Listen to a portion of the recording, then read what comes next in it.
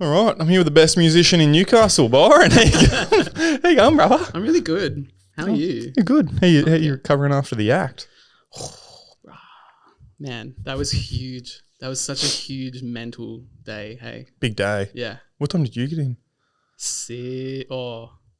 I was up at 5, started at like 5:45, Mm-hmm. and then finished at like 10. Like non-stop. Just cooked me, eh? I mean, what fucked me up was the daylight saving, so I kept waking up. I don't know if I've already told you this, but I'd Google New South Wales time right now, and I'd make sure that it was the same to me because I just had this weird thing that I'm like, I'm going to sleep in, I'm going to be an hour late. But it was good. Fuck yeah. Fuck, they're good live, eh? They're so good. Really tight. Ballpark. So tight. Have you seen them live before? Never. Honestly, I didn't really know them much before that. Me too. Yeah. I'd heard like maybe one or two of their songs 10 years ago. Mm-hmm. So this is the first time I've actually like seen a whole set of them. They got like proper fans. Yeah. Everyone was loving it. People were crying, dude, in the audience. It was mental. It's like, holy shit. And the line to meet the band at the end of the night just went on and on. Wow. Oh, man. I've just like have non-stop just listening to their music since. Really? Yeah, I love it. Really? Fuck yeah. That's sick. Yeah, I forget the name of one of the songs. It's like a slow one. Mm. And I just get the feels from it, eh? Yeah, and it's so I can't get enough of it. Yeah. Like I'll finish and I've got to start again. Like, what is that? Yeah, totally. I don't know what it is. I think is it like a dopamine thing where you're just kind of like chasing that high when you find something you love? You know, you just want to like keep pushing that button. Yeah. Yeah. Do you have like what's a few songs for you just in your life that really mean something to you? That's a good question. I don't know. There was one song, it's like a complete dance. Mm-hmm. I don't know if you'd call it techno, but it's called Sunny Shining. Mm-hmm. And I was at Tomorrowland, and I think it was like day 2 or day 3. And the song come on, and you could feel the whole crowd shift, as if like it was just the banger at the time. But it was like more of like an OG song, like it'd been around already. And everyone was singing it, and it was just like the fireworks were going off. And I had one of them moments where I like stood back and like looked at the moment and myself and realised I'm in Brazil at Tomorrowland, like so present in the moment, no worries in life. And it just had that, like they put it on. The stage is $1 million. It cost $1 million for them to build the stage, and like fireworks are going off, and like it's just one of them moments where I was like, this is just like one of these moments where like I'll be laying on my deathbed and all your memories in life, there's just these moments that stick out, and this is just always going to be one of them. Wow. And I realised that then in the moment. And then I just like kind of went, now just enjoy it, and just kind of went back in knowing this is that moment. Wow. That's amazing you had that self-awareness and clarity at the time. I feel like a lot of people miss that until it's like too late. Where do you think that you got that level of self-awareness from, like being in the moment? Because I think that's pretty special. I don't know. I think about my thoughts all the time. I think about my actions all the time. Like I've always been that person where like even at school I'd have like an encounter with someone, have a talk, and then go home, and I'd be thinking to myself about, did they think I was okay in that situation? Was my message communicated clear? And I'd like think about that as a kid for ages, and I do it with like everyone always. I think it just then evolved more into just like my life decisions and moments. Like I went through like a thing where I was like, what's the purpose of all this? What's the reason? Where am I going? Where's my direction? Like what's the meaning of life? I was like asking all them questions. And I just come back to like experience and love. Yep. And I think knowing that is when I'm in these experiences, or I'm in a situation where I'm like, this is one of the moments. Like I just go back to just remind myself, just love this, experience this, take it all in. What about you? Me? With self-awareness. Yeah, I think for me it's similar. It's just seems to be some kind of innate thing that was pre-gifted to me before I came here. Maybe I don't know how it works, but you know how you just seem to have some traits that are just inbuilt, and there's nothing you can do about it. When you like, as soon as you arrive in this world, as soon as you're born, you got that. I was just filming the dogs. Yeah. And the mum was given litter, and I was filming the puppies. And I was watching, they come out in a sack, and the mum would straight away go over and break the sack, lick their noses, get the gunk out, and wake them up. And then they'd start breathing and making a noise. And then instantly, they would go straight to the teat. Wow. And I'm like, that's just so in them. Where's that come from? Totally. Where's that come from? And then like you think about these things, like it's just ingrained in us. And some people don't have it at all. They don't have any like self-awareness and that's just in them. Like they just say what they want, when they want, fucking how they want, don't care about the other person's feelings. Yeah. And they just have no awareness to it. I guess my feeling around that is that if we're all here to learn different lessons, then we're going to come here with different attributes, right? That sort of lend themselves to pushing you in a certain direction to learn that certain thing. At least that's how I like to see it.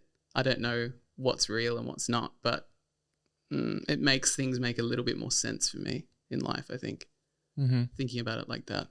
What are your thoughts on everyone else in the world and their free will? And just pull that a little closer. Like, do you ever think sometimes, like, do these people really exist, or am I just experiencing this all from myself? It's a good question.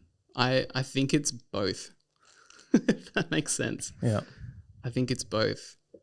To sort of get a little bit abstract here, I think that my sort of personal theory on it is that we are all the same person, just experiencing itself from a billion different angles and different ways and different permutations.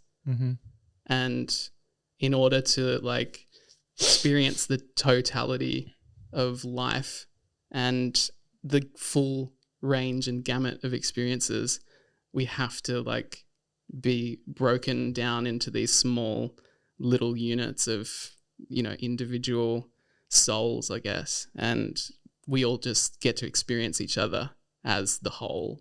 And I would imagine that if you really zoom right outside of the universe and time, all of that exists together as one thing that is this complete unit of all experience. Oneness. And do you think that's like just this universal energy that just exists on all planes? And we're only getting a plane of it now while we're alive, and when we pass, we're still on that plane, but now we're just in like a different scale of it, different spectrum. I have no idea how it works. Like I would say there's probably a million people way smarter and more articulate about this subject than me. But I want to know like what you think. But yeah, I don't think that anything truly dies or goes away. You know, I think there's always going to be, I mean, literally, like if you want to get down to just physics, we're all made up of dead stardust, you know, from trillions or billions of years ago. And we will eventually all end up as that once again. And all of the parts of us that exist physically here will still remain, but just in different forms for the rest of time itself. So, you know, even on that sort of most basic level, there is no real end to us. And I think consciousness itself is just, you know, the perennial mystery of, like, I don't think anyone's really made much sense of that yet. And I feel like consciousness itself could exist beyond a physical being, if that makes sense. Do you mean like universally, or? Yeah. Like, I'm not even sure I know how to articulate how I feel about it, because I don't get to talk about it. Like, I don't really, can't encounter many situations where people want to know what I think. Yeah, well, I want to know. Let's talk about it. Yeah, for sure. It's one of them things for me, I feel it. Yeah, 100%. Like I was telling you, I pray every night. Mm. I pray all the time, but I don't pray to God. And for a long time, I struggled with the term God because I don't feel like a religion has to be attached to it. Totally. And in that same way, like, I just lost both my grandmas. Like, last year, they died 5 weeks apart. Whoa. And the experience of when I lost my pop when I was younger has been so different, because when I lost pop, I had this thing going through my head where I'm never going to see him again. I'm never going to see him again. I'm never going to see him again. And I'd just cry thinking, someone I'm loved, I'm never going to see again. With Nan and both Nans, it's been completely different, because I feel in myself without a sliver of doubt I'm going to see them again. And the experience has been so different, and I feel as if it's just like I'm going on a trip to Europe, I'm going traveling, and I'd say goodbye to them like I always would, and I know it might be 6 months, I'm coming back, and then I'll see him then. I just feel like it's like that. It's just going to be a bit longer. When I die, I'll see him again. And I don't know what that looks like in terms of like being able to articulate it, but I know that and I feel that deep inside my soul. 100%. Yeah, I think I feel quite similarly to you, to be honest. Yeah, that's how I look at it. Pretty much word for word, I'd say. Yeah, I'm lucky to have not experienced much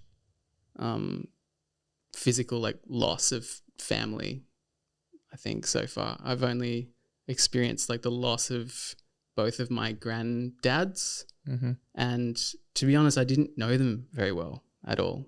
So it was kind of hard for me to really feel much of anything about it, because like they weren't really a part of my life. And yeah, I don't really have much connection to extended family, and that hasn't really been a thing for me. So I don't know if that's sort of lucky or tragic now that I think about it, because I think have you still spent time thinking about death? Like a lot? Oh yeah, absolutely. Like, I never really thought about death until Pop died, and Pop died when I was kind of young. Like, I was I think I don't know, maybe I was 12. I was old enough to like think things. Yeah. Like, I remember being able to like play on a thought and keep going like, and what does that mean, and what is that, and just keep playing. I was old enough to have that awareness to keep thinking. And then after that, like, I kept thinking about death, and then for a long period of time I was really scared of it. I was really scared of it because I didn't understand it. I didn't understand, what do you mean like this life is over? What do you mean? Yeah. And that was when then I started going, well, what's the purpose of living this life? What, like, if I live till I'm 80 or 90, I just got 90 years here. I try to do all these things and it doesn't matter anyways. Like, what's the point of it? I struggled with that for so long. Do you still struggle with that? No. What do you think is what is it about life that you value? Love. And like, I just think we've just been, whether we've been given or it's like whatever it is, I feel like it's been given to us, just the gift of just experiencing. If we can get put into this, on this place called Earth, we're going to get 90 years, we're going to call that our life.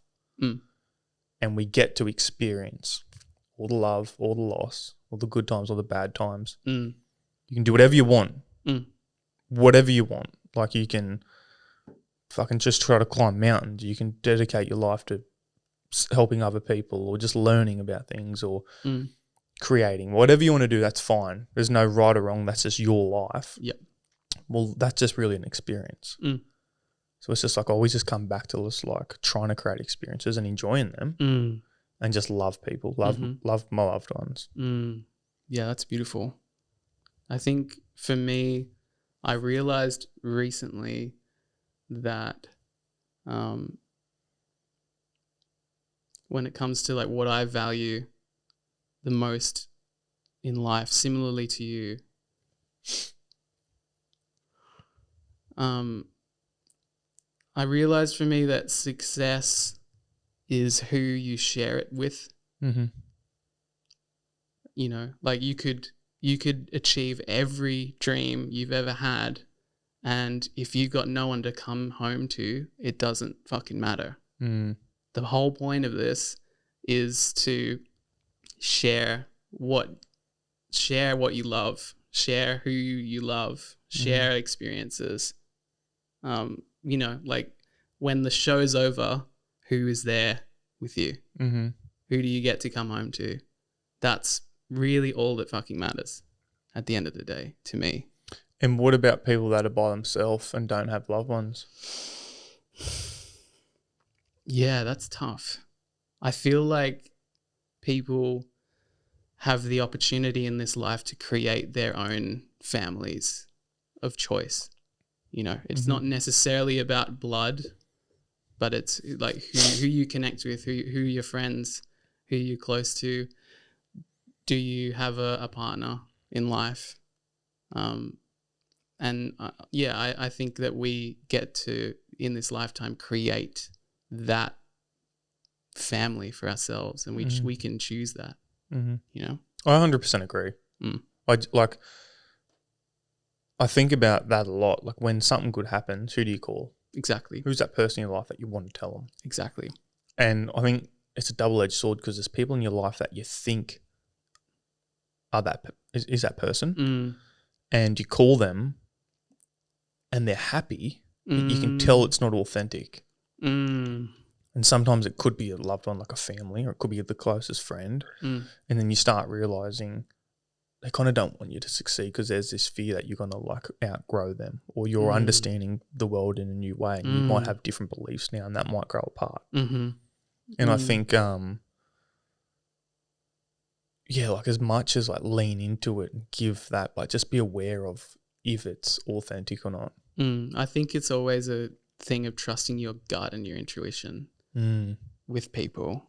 And I think for me, I've generally always had a pretty spot on intuition around other people. Even if you follow it and it turns out to be wrong, you look back and think, fuck, but I felt that. Totally. I did know that, but for some reason I gave them the benefit of the doubt. Exactly.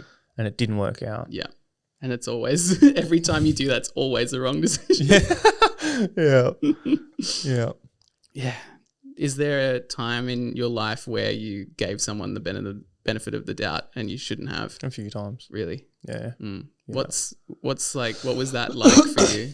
The biggest one, which ended up being a blessing in disguise. I don't know if you've read the book Think and Grow Rich. No. I think it's in the first chapter. He says, setbacks are blessings in disguise. And after I heard that or read that, I started looking at all the moments in my life where I really thought to myself, fuck, everything's fallen apart. This isn't right. This is wrong. Why is this happening? The next string of events that happened from that event was so much better than if the event panned out how I was wishing for. So one, for an example, is, and this is probably the biggest one for me, is the first film that I done, Beat. We had an investor on board and pushing it. So I've like wrote the script real quick. He's going, we're leading into COVID. COVID's around, but it wasn't the lockdowns.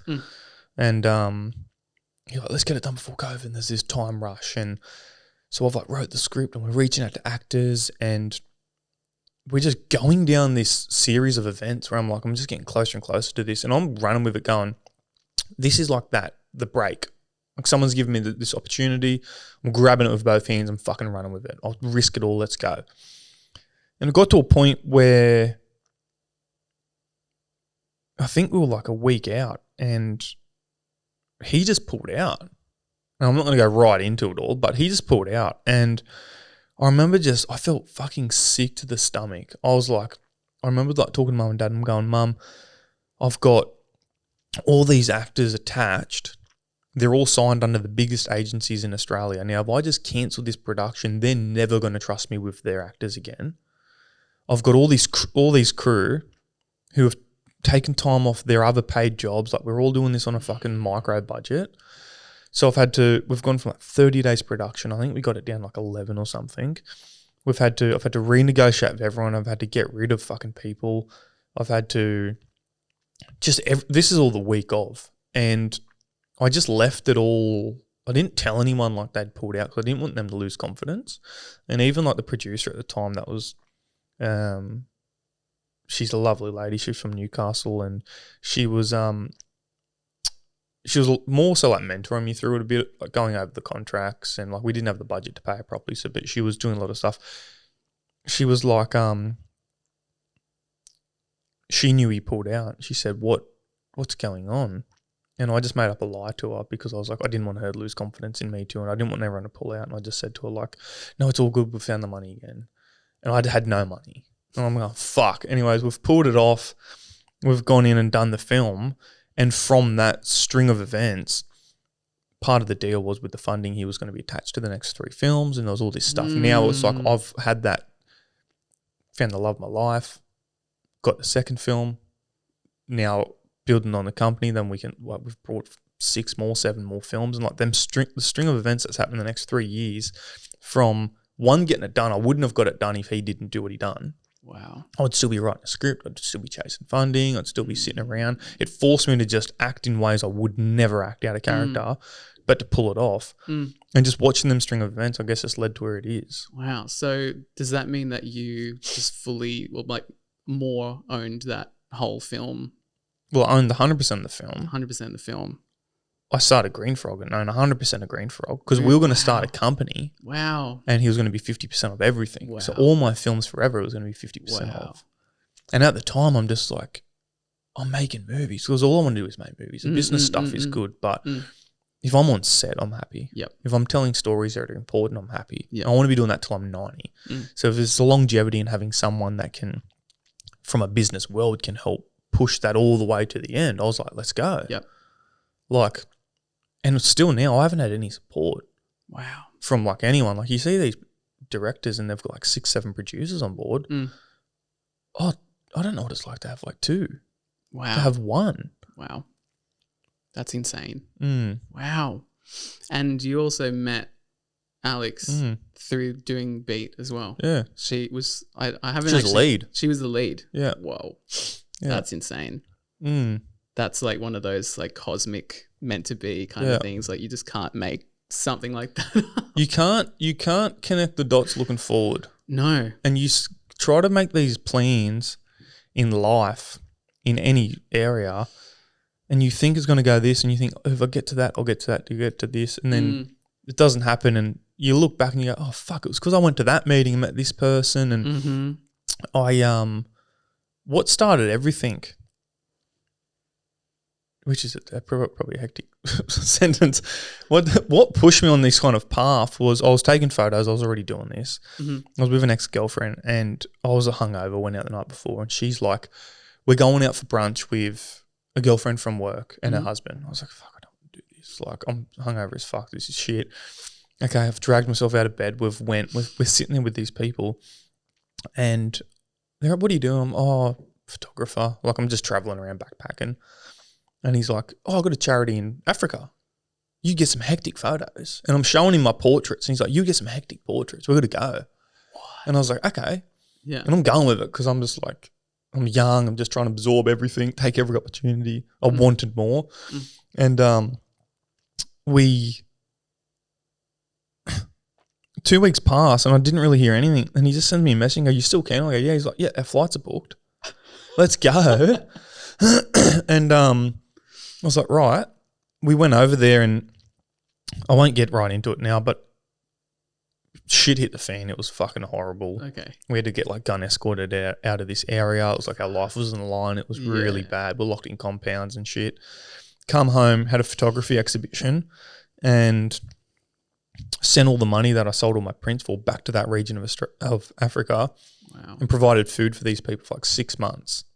And I was like, my art can make a difference in this world. And after that, just kept following it through and just going, how many other areas can I do that? So where did you make the shift into being a filmmaker? Done a short film. How old were you? 2019. I don't know how old I was.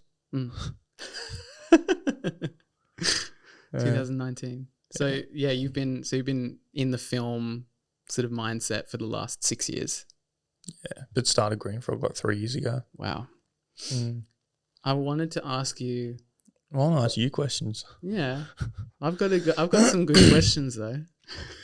I wanted to ask you about how you feel about filmmaking, like what it feels like to be a director on set. And the reason I want to ask is because there was actually a point in my life where there was a fork in the road where I was either going to go down the film route of things or music. Why'd you go music?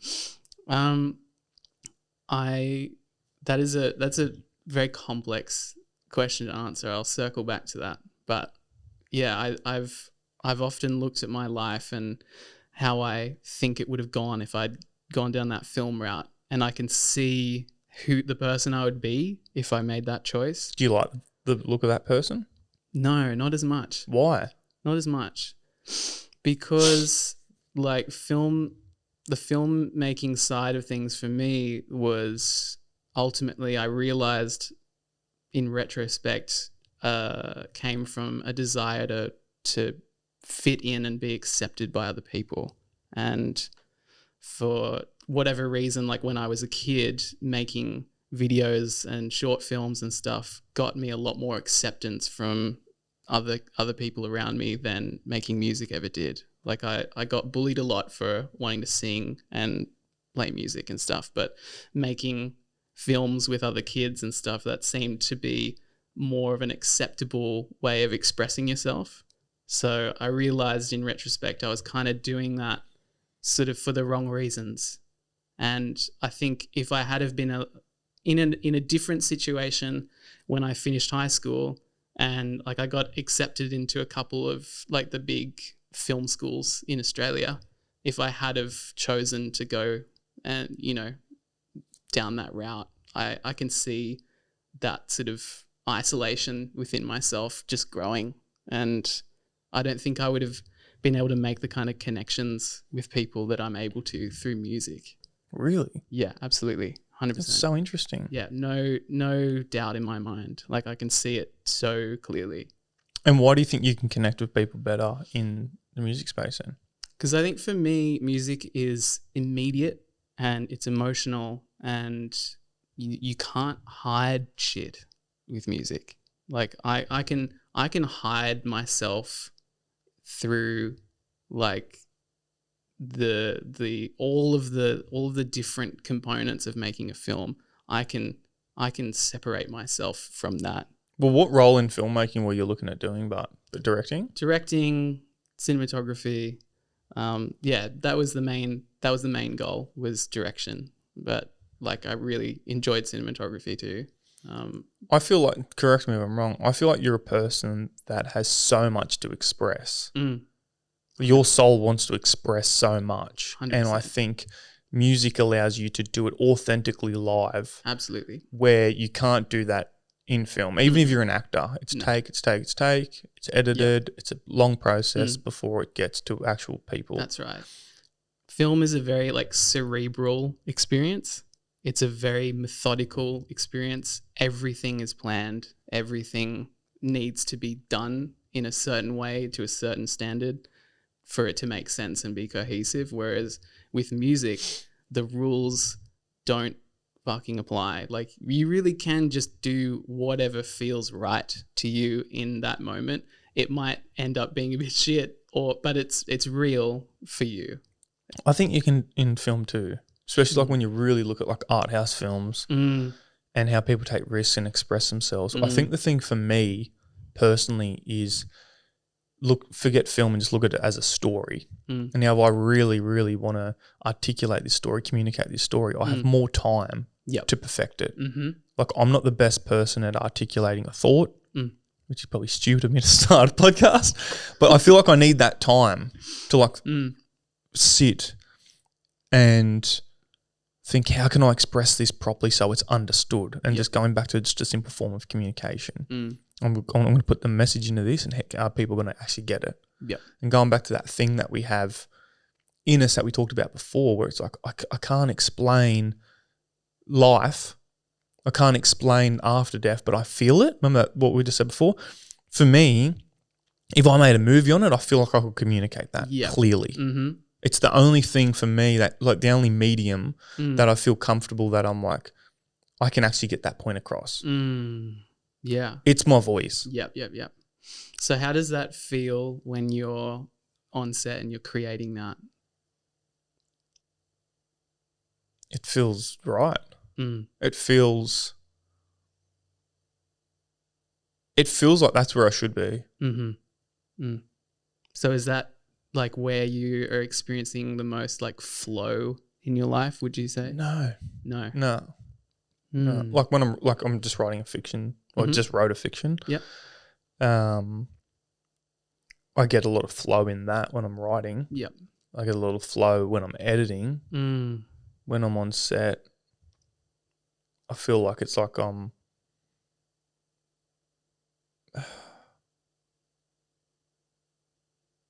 it's like a flow, but it's present. You know when you get in a flow and you don't realize times exist and you just like all of a sudden you're like, wow, I was just in it. It's like that, but it's like that moment when I was at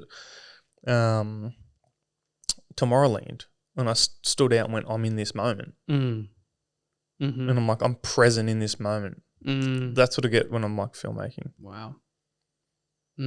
Yeah, I think that for me is what it's like to be on stage. You know, it's like. Do you get nervous? No. Before? The only time that I've been nervous was the last gig that I played, which was, I think, probably a month ago. I haven't been performing pretty much for the last year. I've taken myself out of that. But this last gig I played, I was nervous because I felt like I had lost my sort of connection to my music, and it was a real struggle because I'd committed to doing this gig and with my friends, and it was going to be really fun and nice, but I'm used to feeling this profound and immediate connection with myself and my music, and I wasn't feeling that beforehand, and that was like so terrifying to the thought of going in front of people without that feeling and that comfort and that familiarity that I'm used to, without that there. Wow. It was honestly awful. Like, do you know like where that stems from or why? Are we going through something or something different? Yeah, I think I'd been really, really depressed for the last like probably 6 months or so. Like a real bad round of depression for me, and I got on medication for it. Like it got to that level where I really needed that help. And yeah, just there's just a lot of things going on in my life that were there was a lot of tension, a lot of things not really quite working or fitting, and I was feeling lost. Like I felt like no direction for the first time in my life. Like I just couldn't see the future at all. Couldn't see where I was meant to go, what I was meant to do, nothing. And I've always been very much the opposite of that. So in that place, and then you decided to go and perform. Was that because it's just time to do another performance, or was it I want to try to do it in this place, or was it I want to try to leave this place through my performance? I wanted to try and just do something to shake up that feeling. And I thought that by accepting this offer to perform, that it would, just maybe help me break out of it, or at least be a step in the right direction. And literally, like before I went on stage that night, like I was praying for the ability to do this show, like so hard. Like I don't think I've ever done that so intensely. But you could perform. Like what were you praying for? For the ability to feel it and connect to it. Okay. Because I just felt like that was so gone. Like it was like this gnawing emptiness inside of me where something should have been, where something used to be, and I had no idea where it was. Was this performance on medication? Yeah. Do you think that has anything to do with it? I think it's possible. It's an interesting question because, I definitely have found it a lot harder to access my creativity while I've been on the meds. And I'm actually, as of like yesterday, I'm starting to wean myself off them because I just had the feeling hit me the other day, like, your time's up, time to get off. That was just kind of just hit me. So I'm starting to very slowly over the next month or so, just very, very slowly weaning myself off him. But I think that irrespective of those meds, that time in my life and that depression, that spot that I've been in that's really tough, like that, medication or not, I would have been kind of a bit fucked like that. I think I would have still had that same experience, and I think I needed to have that because when I did the show, I did a great show. Everyone loved it. When I actually started doing it, I did feel that connection. Like my prayers were answered, and as soon as I was done with that performance, it kind of went away again. But I was able to do it for that, half an hour, 45 minutes, whatever it was. I was able to do it. So I knew that it wasn't gone.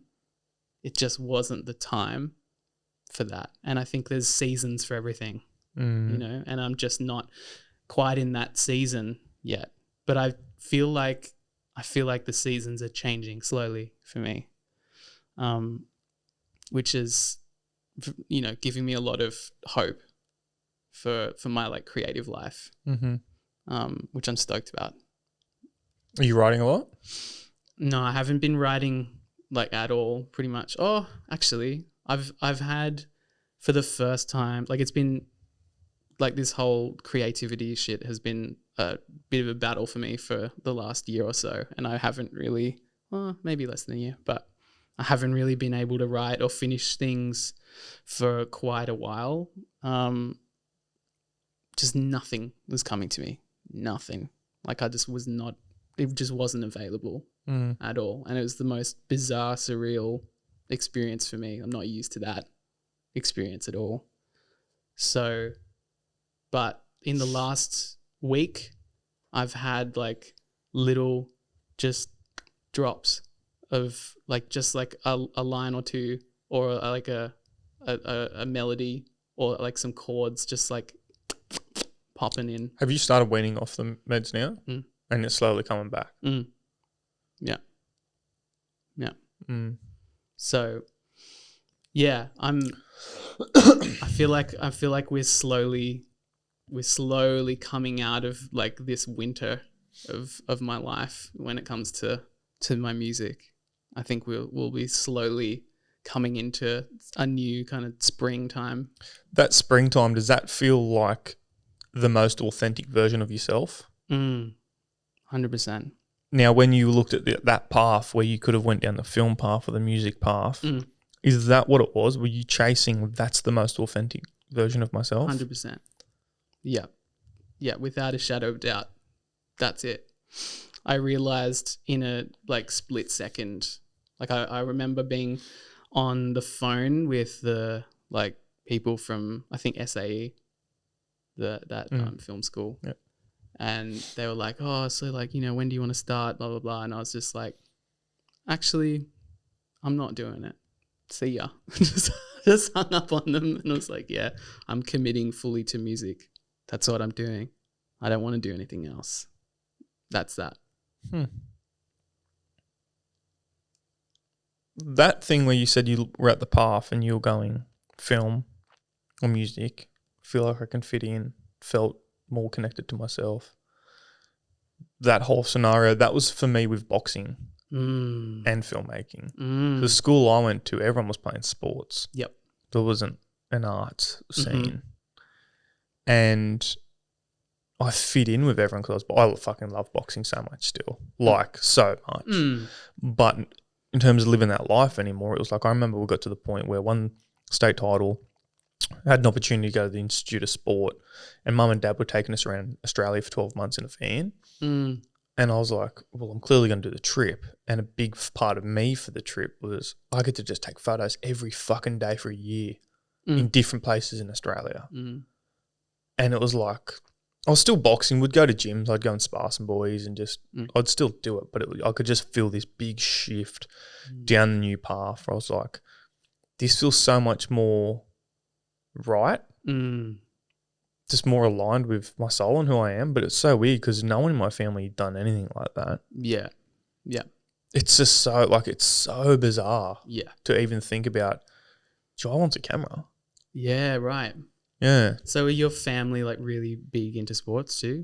Dad's massive in sports. Yeah. Dad's always like been into martial arts. Like we still train together now. Yeah. But yeah, like nothing. Very like a working class. Like my dad's a worker. And yeah, never like I'm gonna sit down and paint and express some feelings or never gonna like he's not like that at all. Mad old school mentality. And like, I get it. It was so weird for me to, and there was times where I was like, oh, how do I say to people I want to take photos or make videos or people didn't get it. Yeah, totally. With the circles I was in anyway, it was very like. No, I understand that. Like when I was really like in primary school and stuff, like I grew up in Nelson Bay, which is a very small town, and pretty much the MO of everyone there is footy, surfing. That's it. Those are your options. If you don't do either of those things, you're a fuckhead. Like you're like literally. And so I did not. I was terrible at sports. Fucking absolute dog shit. Useless. Yeah. Like, useless. Fucking useless. Oh, that word just always gets me, eh? You're like, fucking useless. Oh. Useless. Couldn't surf to save my life. Nearly drowned 3 times when I was a kid. Like, fucking useless. Absolute. Just a complete write-off in the sports category. So, and all I wanted to do was like sing and like act and shit. And the other kids were like, you're fucking stupid. Like, so yeah, needless to say, I had a pretty terrible time in that place. Went to the Hunter School of Performing Arts in Newcastle, which was definitely a much better alternative than going to high school at Tomaree High, where I would have had to go if I had stayed, didn't do the commute. Like Did you feel like you fit in that environment? No, but it was better. Like I still felt like I didn't quite make sense to the other kids around me, but it was a better, like, of the two evils, it was the lesser one. Like if I went to Tomaree, I would have got the shit kicked out of me daily. Like, no doubt. That's shocking. Like, I just would have. Because he wants to sing. Dude, like, 100%. Like, it was so, like, fucking, like, homophobic and, like, like, if you sing or want to do drama or something, you're gay. And we bash gays. Like, that's what it was. So bizarre, bro. That was life. That was life. So, like, I was into gay things when I was a kid. Oh. So that you just, get some of this. Fucking that punch in the gut, bro. Oh, yeah. The only thing that it's because environment's such a funny thing. Yeah. Like how much it can, like, fucking push you or pull you away.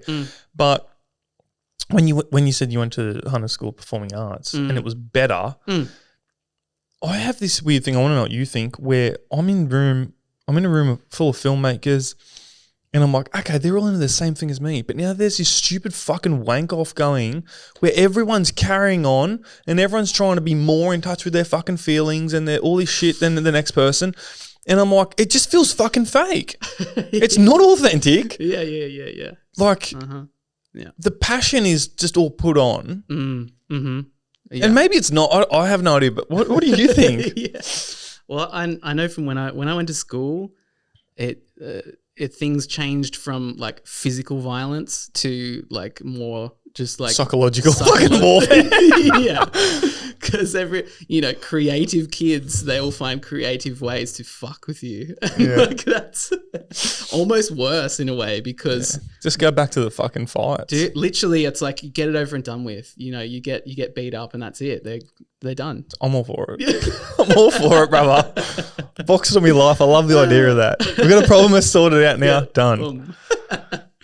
But like with those kids, man, like they found the most creative ways to fuck with you. Like they would push it right up to as close to the line, right just before you could get in trouble for it. You know what I mean? Like you couldn't actually articulate to a teacher or an adult what exactly they're doing that's like fucking with you to like make it stop. Yeah. Like it was like diabolical, man. Like honestly, it's like if it wasn't a terrible thing to do, I'd almost be like proud of them for like finding that exact line, man. I'm like, this is insane. You guys are way too into like this like Machiavellian shit, dude.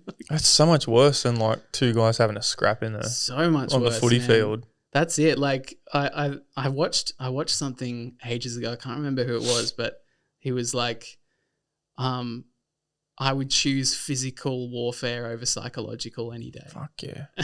I've always thought to myself, the scarier person coming from a fighting background to fight is not the big, muscly fucking built like a brick shit house. I don't care what he looks like. It's the guy that you can just tell he's going to go to some dark places and probably kill me. Like he'll like fucking bite my neck. Like he's sick. That's scarier. Way scarier. Because that's the dude that then after the fight finishes, the other guy shakes your hand and goes, let's have a beer. This cunt goes, he'll like fucking stalk you home and then all of a sudden he's in your bedroom.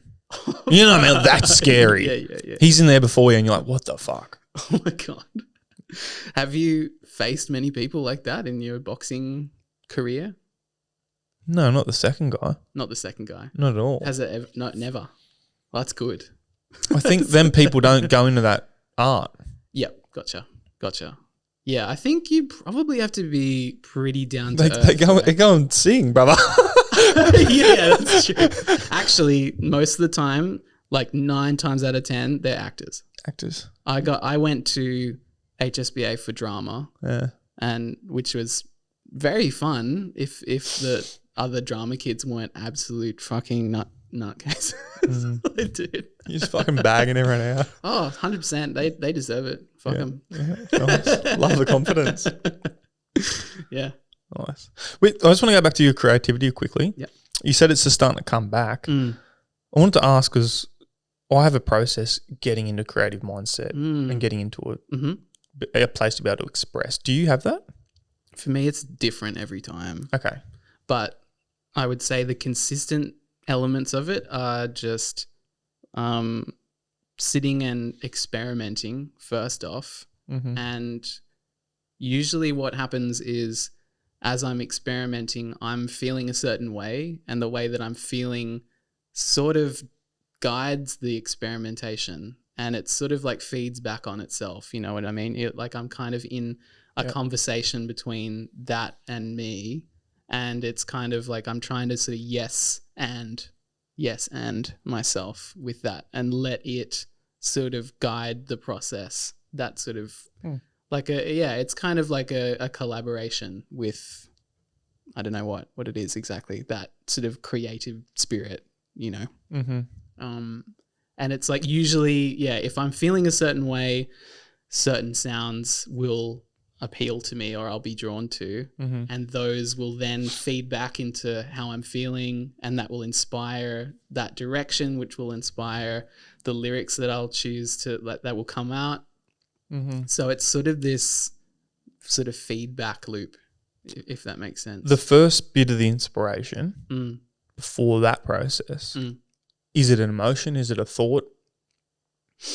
What's the first thing? It's always, for me, it's always feeling. It's always emotion, I think, every time. Sometimes it'll be like a lyric will like pop in, like that'll be the start, or like a certain chord progression, that'll be the start. But if you sort of zoom back from that, all of those things in their original form are emotion, you know, and that's sort of like when you're drawn to certain words or certain sounds, certain chord voicings, like they're all emotional states, emotional vibrations, and like that's how it manifests itself. So how much are you thinking about the emotion? Are you sitting there going, what am I feeling? What am I feeling? I'm feeling this, and how can I? No, not at all. No. But I think the more I do that, the harder it gets. Okay. The less I do that, the easier it is for me. The more I get in my head about it, the more that creativity runs away from me, I found. Really? Mm-hmm. Wow. Yeah. So like for me, it's been a constant process of letting go more and more, letting go of the control. It's like the more I try and control the outcome, the harder everything gets for me. I've found, like with my music. The best and most fulfilling experiences I've ever had with my music have been when I've just let it guide me and like let go of my false sense of control over it. And what do you think when you said let it guide me? What's driving it? What's steering it? I think that... Where is that coming from? Well, I think that all of these ideas exist somewhere out there, and I feel like they choose you, and I feel like they're attracted to openness and playfulness, acceptance. Like, have you read Big Magic? No. Read it. Okay. Yeah. Who's it by? It's that idea, what you just said. Really? Yeah, and it will choose you, and it will drop into you. Yeah. And if you make something of it, it will, and if not, it will leave you and go to someone else. 100%. Yeah, that's exactly how I feel about it. Yeah, I feel like you attract these ideas to you through your playfulness and your openness, and you might like get them piece by piece at a time, and it's like you've got to sort of follow the trail that they sort of let out for you. It's up to you what you do with it, right? Like there's so much of you that's involved in finding it and choosing it and, you know, directing yourself to find it. But I think that at the end of the day, it's not really like all of these ideas are not really mine, if that makes sense. Yeah. I feel like they're like gifted to me, and it's really fucking cool when I get to experience that.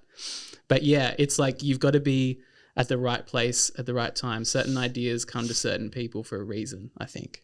And how much do you think you need to, before all this happens, grow as a person or experience certain things, to do all these things, so then you're like, now I'm that person that can receive this one? Exactly. Well, that's exactly it. I think that is the crux of it, what you've just said. Like you're not going to be able to access that certain kind of idea until you've reached a certain place within yourself. Like if you were given that idea before you're ready, you're not going to know what to do with it. Like there's no way that you can actually bring it into reality in the way that it would want to be if you don't have the correct sort of experience that it needs. Right? Do you think that comes first? Yeah, absolutely. Not you can get it, pursue it, and then grow through that way? I think that it happens simultaneously. Okay. You know what I mean? Like I feel like these things it's not like chronological in the way that we experience time. Do you know what I mean? Yeah. Like we experience time just this way, but I think that it doesn't operate like that.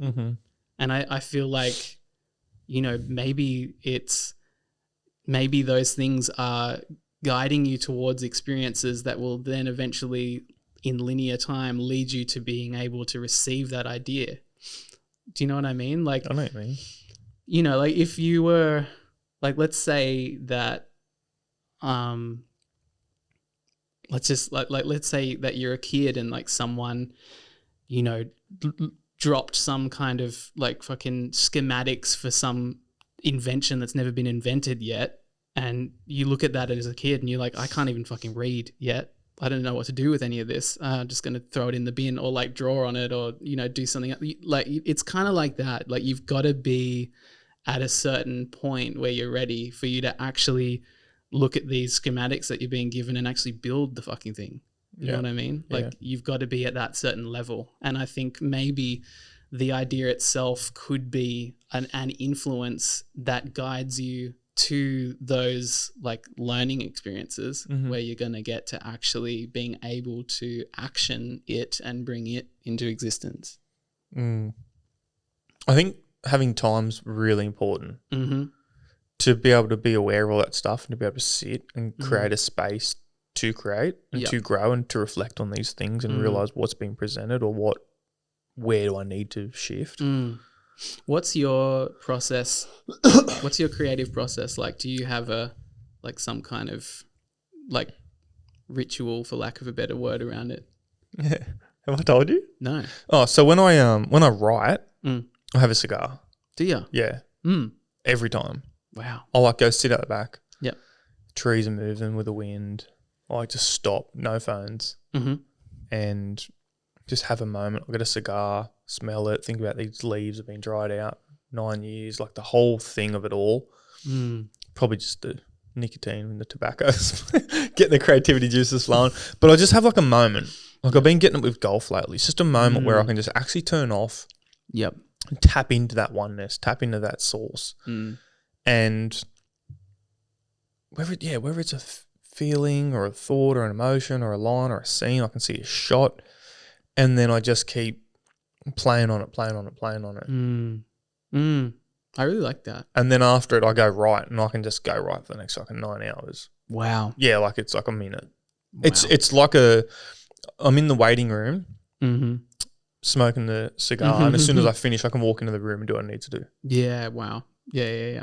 I think just because like I'm always on my phone, I'm always like on the computer, I'm editing this work. There's this like for me, like switch off that is more so a process. That's so important. And that's that time I'm talking about. Like for me to actually sit down and write, I need the time. And I can't just go, stop, I'm going to go do something. Yep. There's a process to getting that time in a way. I don't know. So in that time, are you like, do you feel like you're connecting to your emotions in some way? Like when you have that stillness? I feel like I'm connecting to myself. Yep. Just my authentic self. Yeah. Like there's no judgment. There's no goal. There's just that desire to create. Yep. I've got something I need to express. And do those ideas come to you as like images? Yeah. I can hear characters saying it. I can hear like if there was like a fight between a dad and the son. Yep. I can hear the kid saying something to the dad and the dad responding. I can hear it. And you can see the shots. I can see the shots. Yep. Yeah. And it's always very clearly. It's not like, because there's 1,000 different options for a shot. Yeah. I can see, and they're so weird sometimes. Like it will be like in the reflection of the fucking screen in the oven. Yeah. Which I don't know. Yeah. I can just see it. Yep. Wow. But do you, have there been certain experiences in your life that have really just helped amplify your creativity? I think for me, a lot of my creativity comes from like sitting alone with myself. And I think a lot of those really important experiences have been just in, sitting in reflection with yourself and like, going somewhere, going out in the bush or something, just being alone and breathing and just taking the time to exist as you without anyone else around, without any distractions. It's kind of like what you were talking about with the cigar, like you've got to have that space to be and for you to amplify your creativity. I think that's the like kind of the key thing.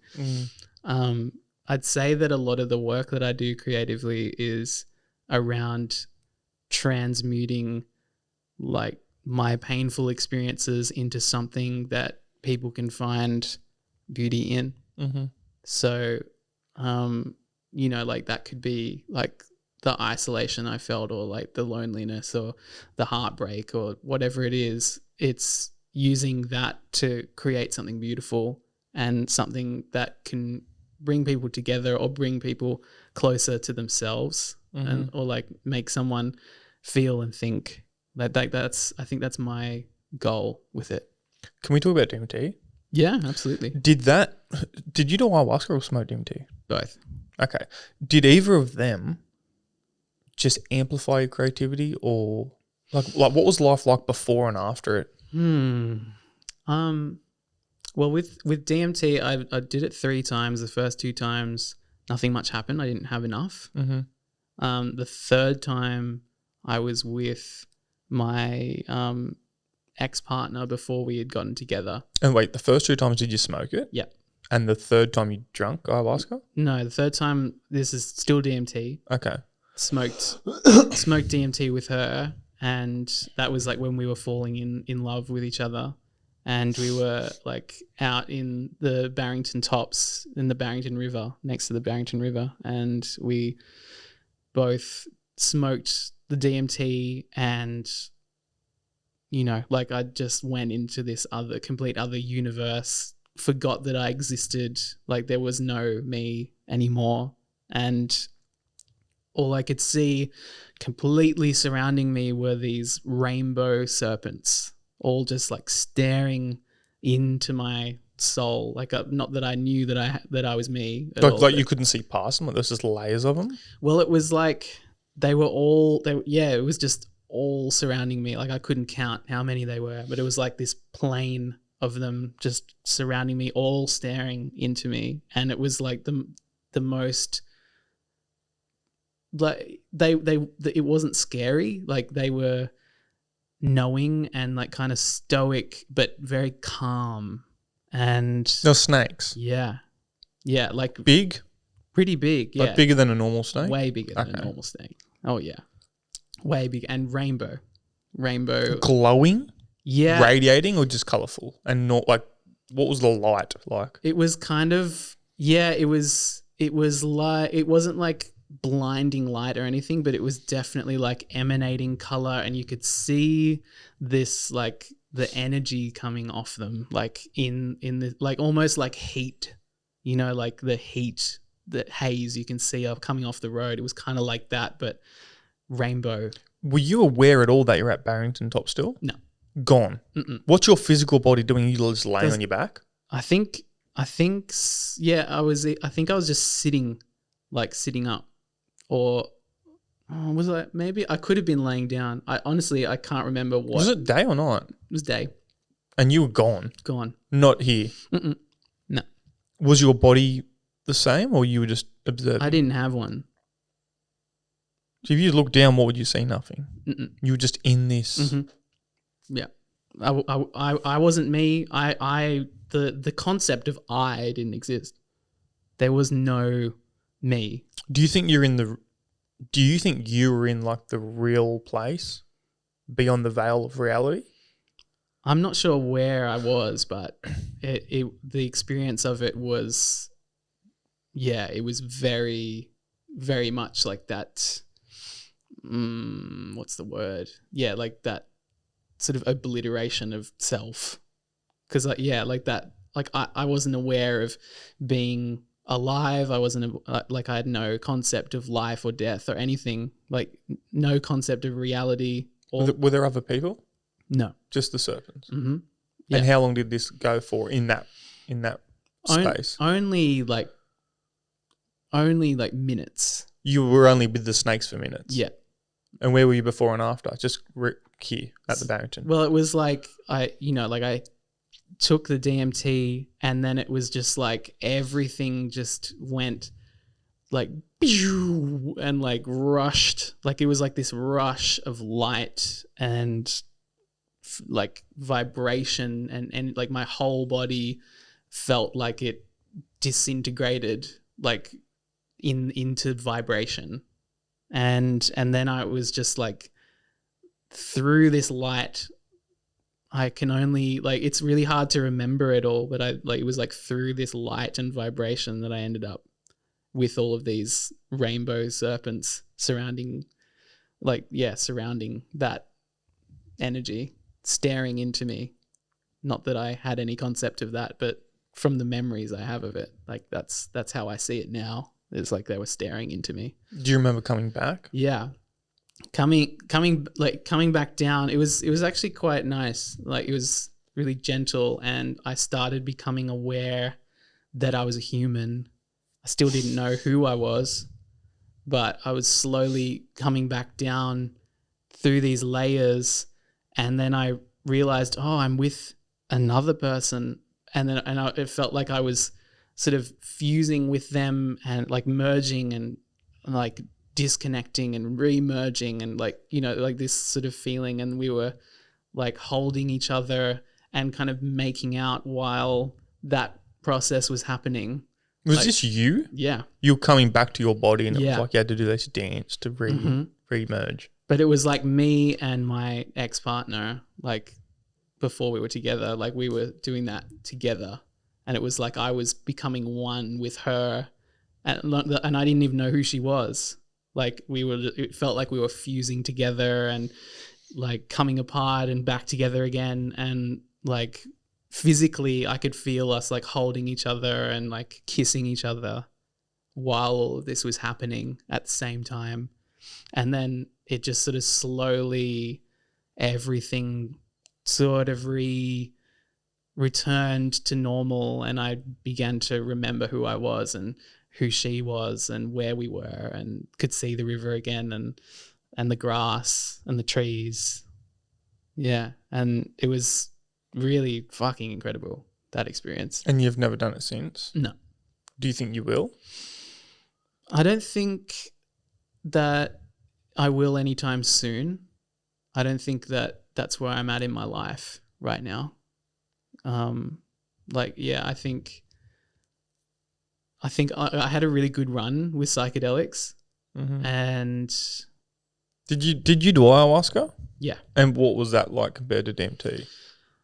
Well, it was pretty, in terms of intensity, like it's just as intense. It just goes for hours, which if you're having a good time would be incredible. But my experience, because of where I was at in life and the things I was going through, the things I needed to learn, it was really, really hard, and probably one of the hardest experiences I've ever had to endure in my whole life. Like, I've had a lot of very challenging experiences, but that'd be up there for sure. That'd be like top. Just the ayahuasca trip. Oh my God. Yeah, that'd probably be at least in the top 5 most challenging experiences of my entire life. And so you're in this reality. Yeah. You experience it for a few hours. Yep. How long did it feel in the trip?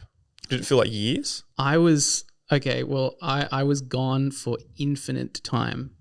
Like, I experienced infinite time in this like loop of hell of my own making, basically. So I was there in that for eternity, and I experienced that. So like, which is really hard to make my mind make sense of, but yeah. Was there no self as well?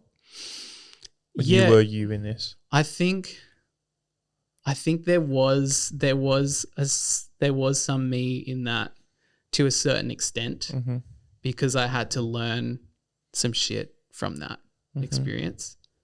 And yeah, it was like this kind of like cosmic, like kind of, like loop of like horror, basically, for me. And it was like I knew just enough about who I was, like just the tiniest bit, just enough about who I was, and just enough about what was happening in the loop to know that something was coming, or like I was gonna experience like something terrible, but I had like not enough knowing to know how to get out of the loop.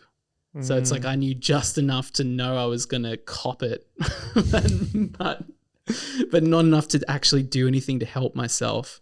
And it was just like that for eternity, basically. Wow. Coming out of that now in life, because the idea of eternity in that sense is fucking scary. Yeah.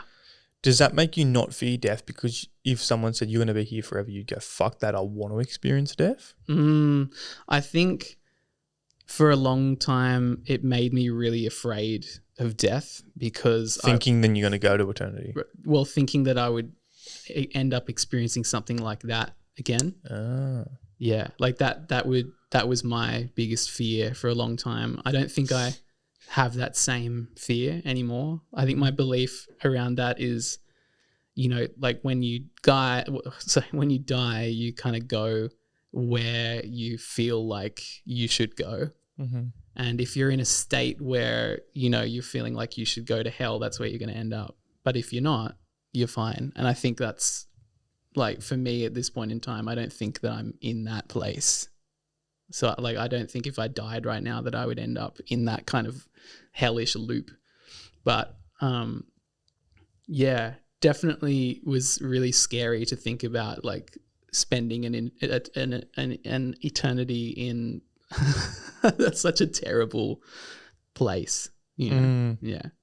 But I think that's the thing that I think about is not anytime soon, by no means, but one day I want to experience death. And I think